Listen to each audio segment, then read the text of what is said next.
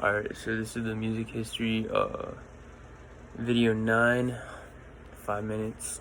Alright, so the romantic era, 1820 through 1920. This is the first question. It's basically saying that that's like when the romantic era started. That's when all the like music that covered romantic history and started all the like romantic stuff that's when it started. Okay, so the second question says, how was music becoming more personal to an individual during the romantic era? Okay, so it was getting more personal because they had more of a connection, because romantic is like, love, and love is like really has like a good connection, and like love is a really strong connection. So when for these people during the romantic era, they had a really strong connection between each other, and that's how it became more personal, as the question says.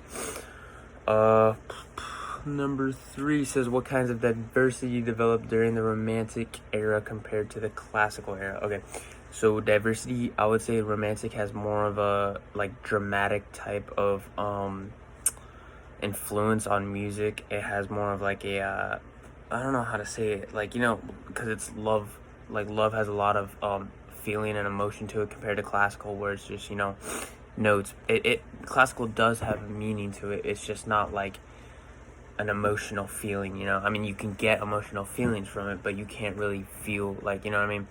So yeah, that's what I would feel like. I would feel like that the diversity would be that romantic would have a more emotional contract to the heart, and you would feel it more compared or diverse to classical music. Okay, number 4 says, how were harmonies, keys, and other compositional elements used to emulate the emotions of the composers and whatever and blank. Okay, so these harmonies and keys were they were able to express how the person was feeling. So whether they're feeling lonely, they would use lower kind of depressed harmonies and different type of like major like keys and stuff like that.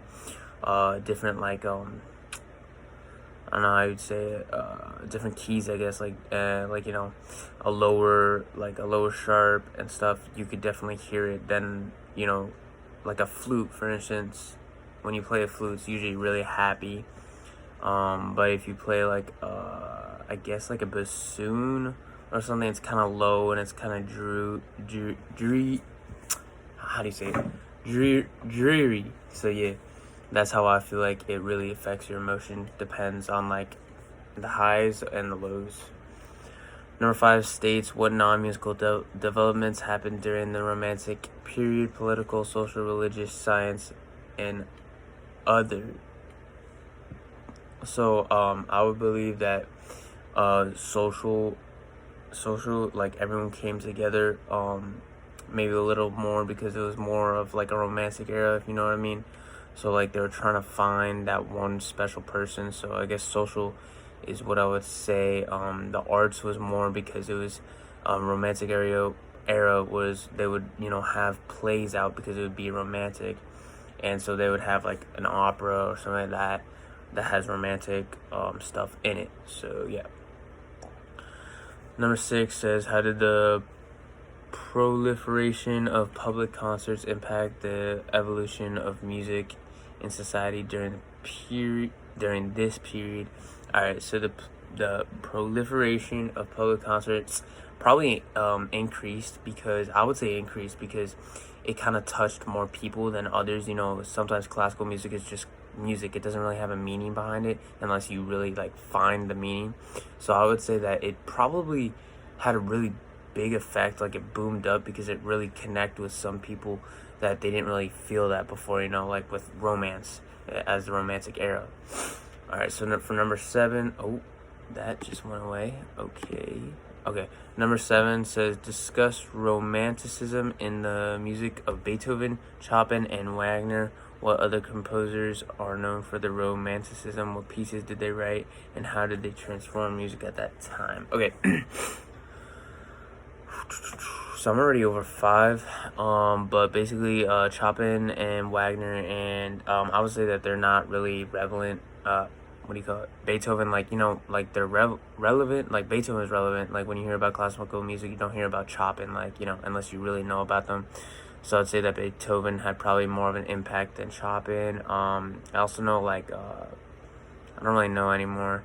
So number 8 says discuss Schubert and his Lieder song poems, why they're famous, how can the romantic area. Okay, so the reason why the poems are famous is because you could read them to little kids before you go to bed. You could like say them like a poem to remember, or you could do them in school. So it kind of just had like an impact on their lives, and they probably just got passed down and passed on in generations. So yeah.